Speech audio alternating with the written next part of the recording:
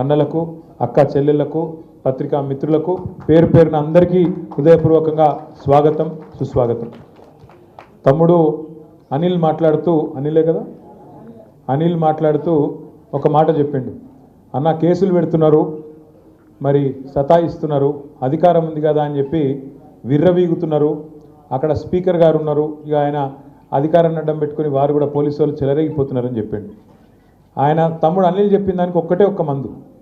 ప్రజాస్వామ్యంలో ఎక్కడైనా ఏ దేశమైనా సరే, ప్రపంచంలో ఏ రాష్ట్రమైనా సరే ఒకటే ఒక్క మందు. అందరు అధికారులు చక్కగా కావాలంటే మీరు ఎక్కువ శ్రమ పడాల్సిన అవసరం లేదు. మీరు రేపు లోకల్ బాడీలో జెడ్పీటీసీలు ఎంపీపీలు గెలిచి కూర్చొని వికారాబాద్ నియోజకవర్గంలో తెల్లారి నుంచి ఒక్కొక్క ఆఫీసర్ ఎట్లా మారుతారో మీరే చూస్తారు.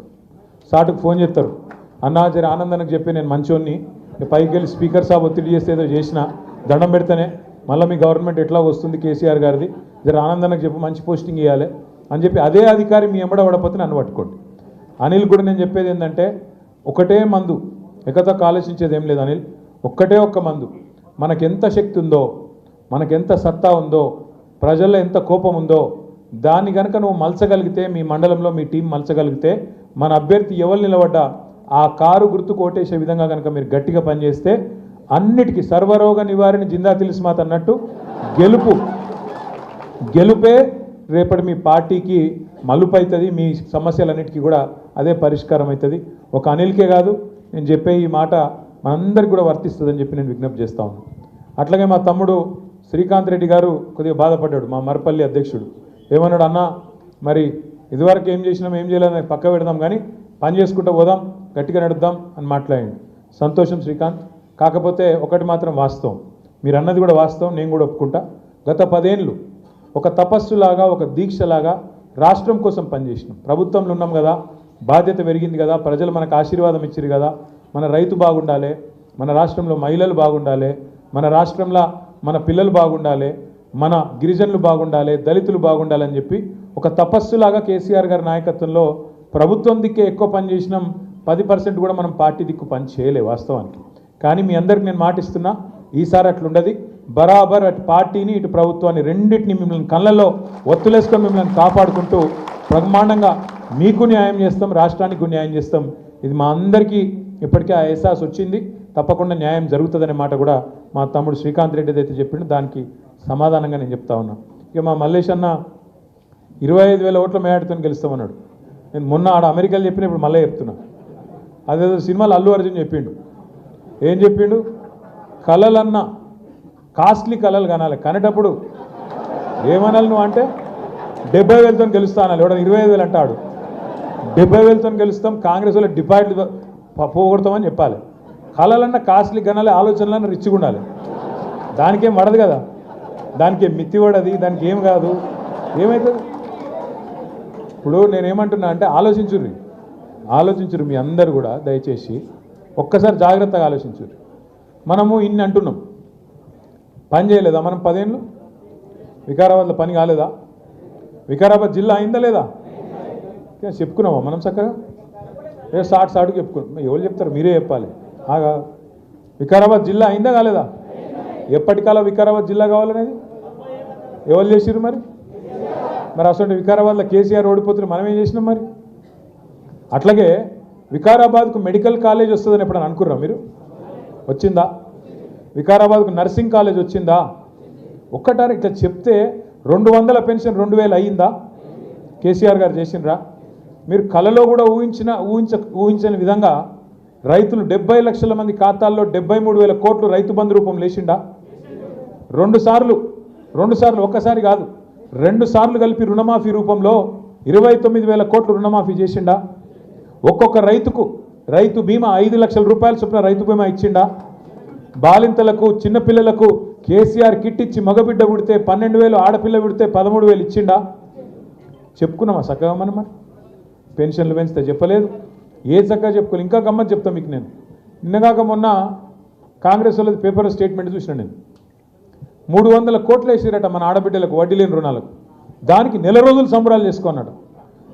300 కోట్లు వేసి 30 రోజులు సంబరాలు చేసుకోవాలన్నట. ఇది వాళ్ళ కాంగ్రెస్ వాళ్ళ లెక్క. మన ప్రభుత్వంలో మనం ఎంత ఇచ్చినాం ఎరికేనా మీకు? 3,000 కోట్లు ఇచ్చినాం వడ్డీ లేని రుణాలు, కానీ చెప్పుకోలేదు. ఎందుకంటే మనమేమనుకున్నాం, రేషన్ కార్డులు ఇచ్చుడు గొప్ప పనేం కాదు, వడ్డీ లేని రుణాలకు పైసలు ఇచ్చుడు గొప్ప పనేం కాదు, ఫీజు రీయింబర్స్మెంట్ ఇచ్చుడు గొప్ప పనేం కాదు, ఇవి రొటీన్గా జరిగే పనులే కదా. కొత్తవి రైతు బంధో దళిత బంధో పెద్ద కార్యక్రమాలు చేస్తే పెద్దగా చెప్పుకోవాలి, కానీ ఇవేమి చెప్పుకునేది అని మనం అనుకున్నాం. ఇవాళ ఎంత గలీజ్ అంటే వ్యవహారము, ముఖ్యమంత్రి మాట్లాడతాడు, ఆయన వెంబడ వరుసగా మంత్రులందరూ మాట్లాడతారు. ఏమంటారు వాళ్ళు, ఒక్క కార్డు ఇవ్వలే రేషన్ కార్డు అంటారు. ఇగో ఇక్కడనే ఉన్నారు జగదీశ్వర్ రెడ్డి గారు, అక్క ఉన్నారు, నేనున్నా, మేమందరం మంత్రులుగా అందరం 6.5 లక్షల కార్డులు, ఒకటి కాదు రెండు కాదు, 6.5 లక్షల కార్డులు మన ప్రభుత్వంలో ఇచ్చుకున్నాం. 90,000 ఒక్క రంగారెడ్డి జిల్లాకి వచ్చినాయని చెప్పి ఇప్పుడు అక్క గుర్తు చేస్తూ ఉన్నారు. ఎందుకు చెప్తున్నా అంటే, మనము రేషన్ కార్డు ఇచ్చుడేదో గొప్ప పని అనుకోలే, మనం రొటీన్గా జరిగే వ్యవహారమే కదా. మీ సేవా సెంటర్లా లేకపోతే ఎంఆర్ఓ ఆఫీస్లా దరఖాస్తు పెట్టుకుంటే అయ్యే పని, దానికి రేషన్ కార్డుల పండుగ అని చెప్పి ముఖ్యమంత్రులు సభలు పెట్టి దానికి సన్నాయి నొక్కులు నొక్కాలని మనకు తెలియకపోయా. అది గొప్ప పని అనుకోలే. మనం 300 కోట్లు ఇచ్చి 3,000 కోట్ల ప్రచారం చేయాలని మనకు తెలియలేదు, మనం అనుకోలేదు గొప్ప పని అని. ఇంకా ఘోరం ఏంది అంటే, ఇంకా ఘోరం, ఇలా మనం మర్చిపోతున్నాం. ఇగో కాంగ్రెస్ చేసిన 3 మోసాలు, 6 గ్యారంటీలు, అందులో 3 మోసాల గురించి నేను చెప్తాను మీకు. ఇగో చూడుర్రి, చేయూత, ఇక్కడ వెనక రాహుల్ గాంధీ బొమ్మ, ఇది గ్యారంటీ కార్డు, కాంగ్రెస్ వాళ్ళు ఇంటింటికి వచ్చిన గ్యారంటీ కార్డు. ముసలోళ్ళకు 4,000 పెన్షన్ ఇస్తాం, ఇక మా అక్క చూపెడుతున్నది. ఇగో ఇక్కడ మహాలక్ష్మి నెలకు 2,500, పిల్లలకు యువ వికాసం 5 లక్షలు. ఎంతమందిని మోసం చేశారు చూడిగో, ముసలోళ్ళకు 4,000 మోసం. ఇప్పటికి 20 నెలలు అయింది కాంగ్రెస్ ప్రభుత్వం వచ్చి. ఒక్కొక్క ముసలమ్మకు ఎంత బాకీ ఉన్నాడు రేవంత్ రెడ్డి, ఎంత బాకీ ఉన్నాడు లెక్కలు రావా? 20 × 2,000 కాదురా అయ్యో, 2,000, 20 × 2 కదా, 40,000 బాకీ ఉన్నాడు. 2,000 వస్తున్నాయి కదా, అంటే అందులో కూడా 2 నెలలకు కొట్టిండు అనుకో, 2 నెలలకు కొట్టిండు, అవి కూడా కలుపుకుంటే పెరుగుతుంది. అట్లే మరి పిల్లలకి ఎంత బాకీ ఉన్నాడు, మరి 5 లక్షల భరోసా కార్డు ఇస్తా అన్నాడు, స్కూటీలు ఇస్తా అన్నాడు, ఆడపిల్లలకు 2,500 ఇస్తా అన్నాడు. మరి 20 నెలలు × 2,500 అంటే ఎంత? ఒక్కొక్క ఆడబిడ్డకి ఎంత బాకీ ఉన్నాడు? 50,000 బాకీ ఉన్నాడు. ఇది మనము ఎంత సిగ్గులేని వాళ్ళు అంటే ఈ కాంగ్రెస్ వాళ్ళు. ఇగో రాహుల్ గాంధీ ఫోటో పెట్టి గ్యారంటీ కార్డు, ఇది క్రెడిట్ కార్డు లెక్క ఇవ్వడం చూస్తే నిజంగానే మోసపోవాలి. నిజంగా చూడు, ఒక స్మార్ట్ చిప్ పెడితే ఇలా పోయి గీక్కోవచ్చు అన్న కథనది.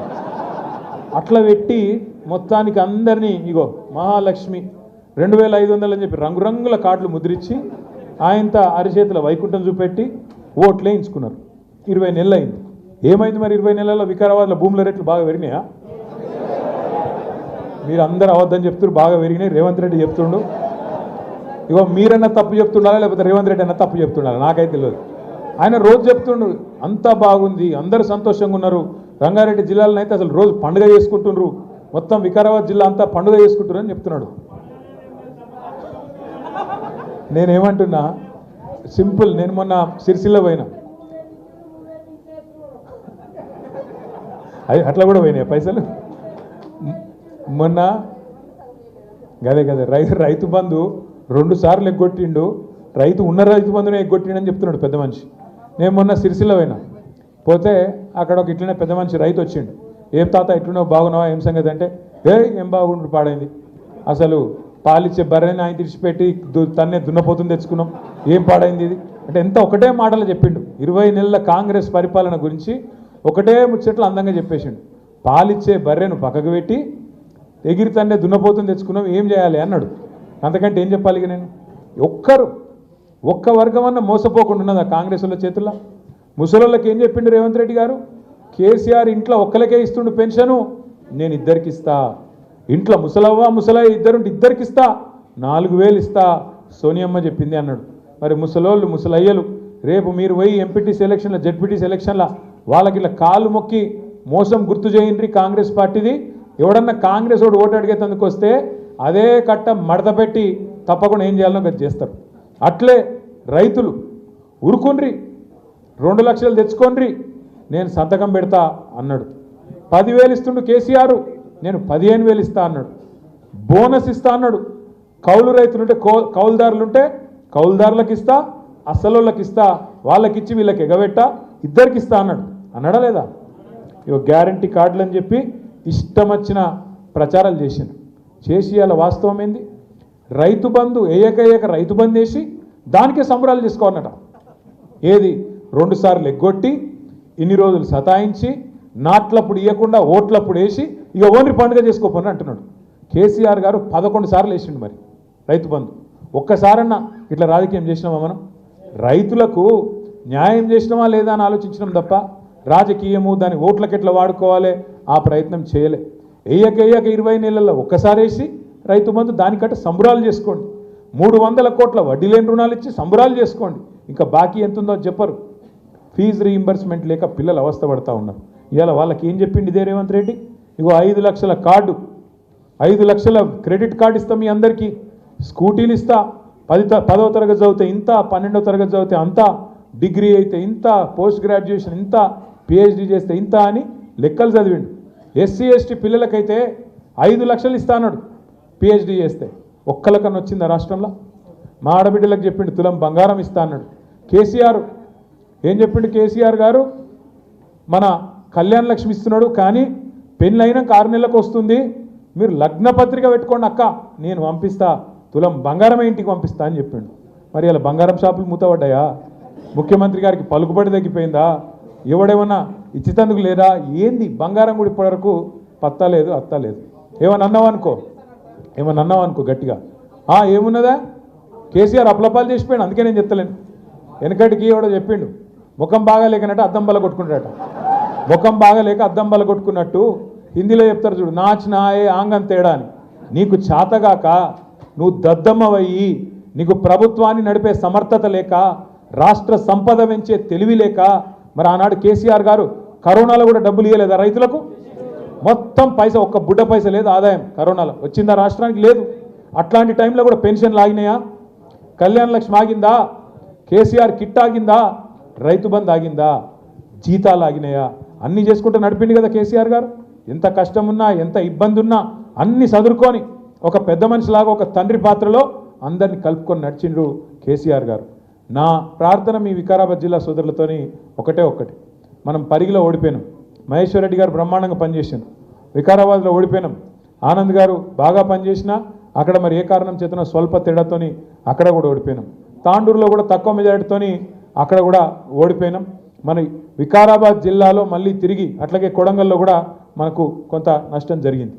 ఈసారి వికారాబాద్ జిల్లాలో ఒక్క సీటు కూడా కాంగ్రెస్ పోకుండా పూర్తి స్థాయిలో మళ్ళీ గులాబీ జెండా ఎగిరే విధంగా చేసుకోవాల్సిన బాధ్యత, పట్టుబట్టి పనిచేయాల్సిన బాధ్యత మన మీదనే ఉన్నది. ఎందుకంటే ఏం కోల్పోయినరో మీకు తెలుసు. ఒక రకంగా మనకు మంచి జరిగింది. ఎందుకంటే అప్పుడప్పుడు చీకటి చూస్తేనే వెలుగు విలువ తెలుస్తుంది. అట్లనే గుర్రం విలువ తెలవాలంటే గాడిదలను కూడా చూడాలి. ఇక నేను ఎవరు గాడిదే నేను మళ్ళీ చెప్తే మళ్ళీ అదొక కథ. మళ్ళీ నన్ను తిట్టిండు కేటీఆర్ గారికి, నోరు దూలు ఎక్కువ ఈయన మళ్ళీ తిడతారు, మళ్ళీ నన్ను ఊరికి ఎవడు పెట్టుకోవాలా బాధ. అందుకే ఎవరు గాడిదో ఎవరు గుర్రమో రాష్ట్ర ప్రజలకు పూర్తిగా తెలుసు. కాబట్టి నేను మిమ్మల్ని కోరేది ఒకటే, మీరు అక్క చెప్పింది కరెక్ట్, ఫైనల్ రాసే ముందు ప్రీ ఫైనల్ ఉంటుంది. ఇక ఫైనల్ మళ్ళీ 2028లో కొట్లాడదాం. కానీ ఇప్పుడు ప్రీ ఫైనల్ మీ ముంగట్నే ఉన్నది. మోసం చేసింది ఎవరో మీకు తెలుసు, చేస్తూనే ఉన్నది ఎవరో మీకు తెలుసు. కానీ మన వరకే తెలిస్తే చాలది. మనం ఏం పని చేసినాం, వాళ్ళు ఎంత మోసం చేసిండ్రు, లెక్కలతో సహా ప్రతి ఇంటికి పోయి చెప్పాల్సిన బాధ్యత మన మీదనే ఉన్నది. ఈ రాబోయే ఎన్నికలు ఆషామాషిగా తీసుకోనికి లేదు. నేను ఆనంద్ గారిని కోరుతా ఉన్నా, జిల్లా పార్టీ అధ్యక్షులు అక్కను కూడా కోరుతా ఉన్నా, పెద్దలు శ్రీమతి సవితక్కను, ఈ ఎలక్షన్లను ప్రతిష్టాత్మకంగా కొట్లాడదాం. ఎందుకంటే మీరందరూ మా కోసం కష్టపడ్డారు. మరి మేము మీకోసం కష్టపడకపోతే దానికి ఇక రాజకీయానికి అర్థం కూడా లేదు. అందుకే ఖచ్చితంగా మీకోసం మేము కష్టపడతాం. పార్టీ మొత్తం సపోర్ట్గా ఉంటుంది మీకు, అన్ని రకాలుగా మెటీరియల్తో సహా మొత్తం పార్టీ నుంచి మీకు అందుతుంది. అన్ని జిల్లాలకు కూడా పంపిస్తాం. మీరు ఇంటింటికి తిరగాలి, కాకపోతే ఇంటింటికి తిరగాలి, కడుపులో తల పెట్టాలి, మొత్తం చెప్పాలి. మళ్ళీ మోసం అవుతుంది, మళ్ళీ మోసం జరుగుతుంది. ఈ ఓట్ల కోసమే ఈసారి రైతు బంధు వేసిండు, అది కూడా అరకొరనే వేసిండు. 15,000 అన్నాడు, 12,000కే పెట్టిండు, సగం కట్ చేసిండు. చెప్పాలి, తులం బంగారం రాలేదు, ఏది రాలేదు. కర్రు గాల్చి వాత పెట్టకపోతే రాబోయే రోజుల్లో మళ్ళా నష్టం జరుగుతుంది. కాబట్టి ఖచ్చితంగా మనం కాంగ్రెస్కు బుద్ధి చెప్పాలి. 6 గ్యారంటీల మీద చేసిన గారడీలకు బుద్ధి చెప్పాలని చెప్పి తప్పకుండా మనం ప్రజలకు విజ్ఞప్తి చేసుకోవాలి. నేను మళ్ళీ చెప్తున్నా మీకు, అనిల్ గారు, మీ అదేవిధంగా మీ మండల పార్టీ అధ్యక్షులందరికీ, పోలీసు నెగురుడికి అధికారులు కాంగ్రెస్ పార్టీ కార్యకర్తల్లాగా పనిచేస్తున్నారనే మీ ఆవేదనకు అర్థం ఉంది. నిజంగా కూడా అట్లే జరుగుతూ ఉంది. చాలా విచిత్రంగా ఉంది. నిన్నగాక మొన్న నేను చూసిన బాల్కొండలో పోలీస్ స్టేషన్లో కాంగ్రెస్ పార్టీలో ప్రెస్ మీటింగ్ పెట్టించారు. ఏం చేయాలి మనం? పోలీస్ స్టేషన్ లోపల కాంగ్రెస్ వాడు ప్రెస్ మీట్ పెట్టిండు. నేను డీజీపీ గారికి చెప్పిన, సపరేట్గా వాళ్ళకి ఆయనతో యూనిఫామ్ ఇచ్చి వాళ్ళని నడుపుకోమని రాదు, ఎందుకు మీ పోలీసు వాళ్ళని నేను చెప్పిన. నిజం కాదా? గంత ఇజ్జత్ వ్యవహారం నడుస్తూ ఉంది ఇలా రాష్ట్రంలో. ఎవరు ఏమనుకున్నా ఇది వాస్తవం. మల్కాజ్గిరిలో ఇంకా ఘోరం. ఇద్దరు గుండగాళ్ళు వచ్చి రోడ్డు మీద గంటసేపు ట్రాఫిక్ జామ్ చేస్తే ట్రాఫిక్ పోలీసు వాడు ఏం చేస్తుండు, వాడు లోకల్ సిఐ ఏం చేస్తుండు, ఆ లోకల్ సిఐని ఆ గుండగాడు బానెట్ మీద నీ కూర్చొని ఇక్కడ రా, వాన్ సంగతి చూడు, వీని సంగతి చూడంటే ఈ రాష్ట్రం ఎవరు నడుపుతున్నారు? కొంతమంది గూండాలు కాంగ్రెస్ కార్యకర్తలు నడుపుతా ఉన్నారా? ఇంత హీనంగా ప్రవర్తిస్తారా? అందుకే వీళ్ళందరికీ ఒక్కటే మందు, సర్వరోగ నివారణ ఏంటిది? జిందా తిలిస్మాత్. గట్లనే మీరు రేపు లోకల్ బాడీ ఎన్నికల్లో గులాబీ జెండా ఎగిరేస్తే వీళ్ళందరూ లైన్ కట్టి ఆనంద్ ఇంటికాడ మీ ఇంటికాడ నిలబడకపోతే నన్ను పట్టుకోండి. మీరు గట్టిగా తలుసుకొని జెడ్పీటీసీలు ఎంపీటీసీలు కొట్టండి. 100% నేను చెప్తున్నా. అరే రాష్ట్రంలో గాలి మళ్ళీందిరాబాయ్, సపరేట్గా మనం కూడా తోవ పట్టవలసిందే. కేసీఆర్ గారు మళ్ళీ తిరిగి అయితేనే ఉన్నాడు ముఖ్యమంత్రి. సపరేట్గా మనం కూడా మంచిగా మెసలకుండా ఉంటే మంచిది. అధికం చేస్తే కాంగ్రెస్ వాళ్ళ పేరు చెప్పి కాంగ్రెస్ వాళ్ళ మాటలని మనం కూడా సంకనాకి పోతాం రాని వాళ్ళు కూడా అర్థం చేసుకుంటారు, మీ తోవకు వస్తారు. దీనన్నిటికీ పరిష్కారం ప్రజలను జాగృతం చేయడం, ఇంటింటికి పోవడం. మనం ప్రచారం కూడా ఈసారి సీరియస్గా చేయాలి. ఏదో ఆషామాషిగా లైట్గా చేయొద్దు. ఆనంద్ ఎలక్షన్లో కూడా మీరు కష్టపడలేదని నేను అనను. కానీ రకరకాలు జరుగుతుంది ఎన్నిక అన్నప్పుడు ఈసారి మాత్రం టికెట్ ఒకరికే వస్తుంది కదా, బీఫామ్ ఒకరికే వస్తుంది కదా. మిగతా వాళ్ళందరూ నారాజై రెబెలేసుడు, వెనకకెళ్ళి ఎన్నిపోట్లు ఓడుసుడు, గసంటి కార్యక్రమాలు చేయకూరి. నేను ఆనంద్ని కూడా కొడుతున్నా, మనోడు మందోడు షెడ్డోడు అని ఫిల్టర్లు చేయకు. నువ్వు ఫిల్టర్లు ఎక్కువ చేస్తున్నావు. అట్లా కాకుండా ఆనంద్ గారు, నా రిక్వెస్ట్ మీతోని, మీరు మంచిగా విచారించండి. సమాజంలో ఆ ఊళ్ళే నేనేం చేస్తున్నానో సిరిసిల్లలో చెప్తా, మీరు కూడా ఆలోచన చెయ్యండి. ఏం చేస్తున్నామంటే రిజర్వేషన్లు ఇంకా బయటికి రాలేదు. నేను మొన్న అందరూ మండలం బై మండలం మా పార్టీ ముఖ్యులతో ఒక్కొక్క మండలంలో 200-300 మందితో మీటింగ్ పెట్టుకొని మా వాళ్ళకి ఏం చెప్పినా అంటే, మా దగ్గర 58 ఎంపీటీసీలు ఉన్నాయి, 5 జెడ్పీటీసీలు ఉన్నాయి. ఏం చేసినా అంటే మొత్తం ప్రతి ఎంపీటీసీ స్థానానికి మా మున్సిపాలిటీకి వెళ్ళి ఒక సీనియర్ని ఇన్ఛార్జ్ చేసిన. నువ్వు మీ వికారాబాద్ మున్సిపాలిటీకి వెళ్ళి కూడా ఒక్కొక్క సీనియర్, ఒక కౌన్సిలర్ కావచ్చు, మాజీ కౌన్సిలర్ కావచ్చు, పెద్ద మనిషి కావచ్చు, సీనియర్ నాయకుడు కావచ్చు, ఆ ఎంపీటీసీ స్థానానికి ఇన్ఛార్జ్ అయ్యు. ఈ లోపల మీ వాళ్ళని ఏం చేయంటే, ఏ ఊర్లే ఒక మంచి కొత్త కమ్మ పెట్టుకొని, ఏ ఊర్లే ఎవలోలు, ఓసీ అయితే జనరల్ అయితే ఎవరు, ఎస్సీ అయితే ఎవరు, బీసీ అయితే ఎవరు, ఎస్టీ అయితే ఎవరు, మన వాళ్ళు పోటీదారులు ఎవరు ఉన్నారో ఒక మంచిగా ఒక పేపర్ మీద అన్ని ఎంపీటీసీ స్థానాలకు గాను రాసుకోండి. జెడ్పీటీసీలకు కూడా అట్లే రాసుకోండి. అటెన్క మీరు కావాలంటే సర్వే చేపిద్దాం, లేదా మీరు ఇన్ఛార్జ్ లెవెల్ అయితే పంపుతారో వాళ్ళు ఒక చాన్బీన్ చేసి మొత్తం అందరితో విచారించి సమాజంలో ఎవరికి పేరున్నది ఏంది, ఎక్కడన్నా దబ్బని ఏదైనా ఊళ్ళో బుద్ధిమంతులు ఉండే అందరు కలిసి ఒకటే పేరు చెప్పారు అనుకో, అన్న గీన మావాడు క్యాండిడేటు మా దగ్గర చెప్పారు. అట్లా ఒక ఊళ్ళో అందరు కూర్చొని మావాడు మా దేవరాజు నిలబడతాడు, మొత్తం కలిసి మేము డిసైడ్ చేసినామన్నా, జనరల్ అయినా సరే బీసీ అయినా సరే మరి ఈ రెండిట్లో ఏదైనా సరే మీరు మాకే ఇవ్వాలి, ఎస్సీ అయితే మాత్రం వేరే అబ్బాయి ఉన్నాడు అని చెప్పి ఒక పేరు ఇచ్చారు. అట్లా ఏకాభిప్రాయం వస్తే ఇబ్బంది లేదు.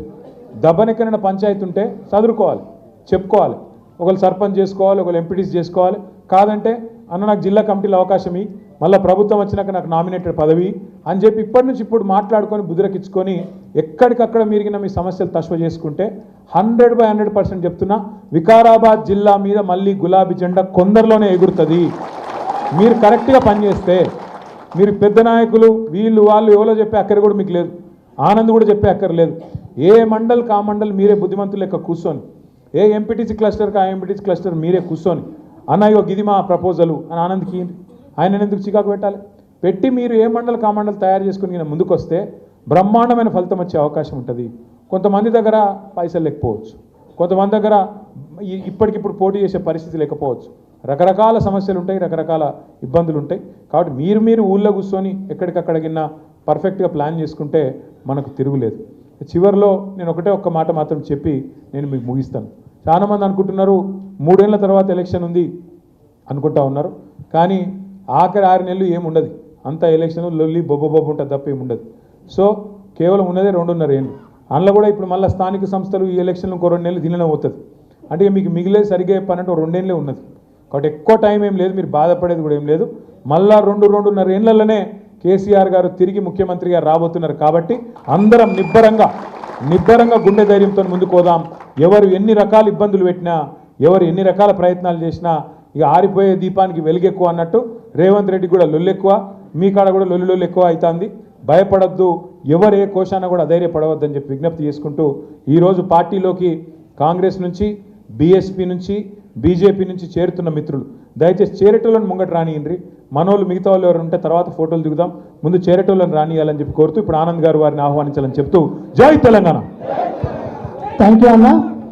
Happy birthday to advance happy birthday to Anand.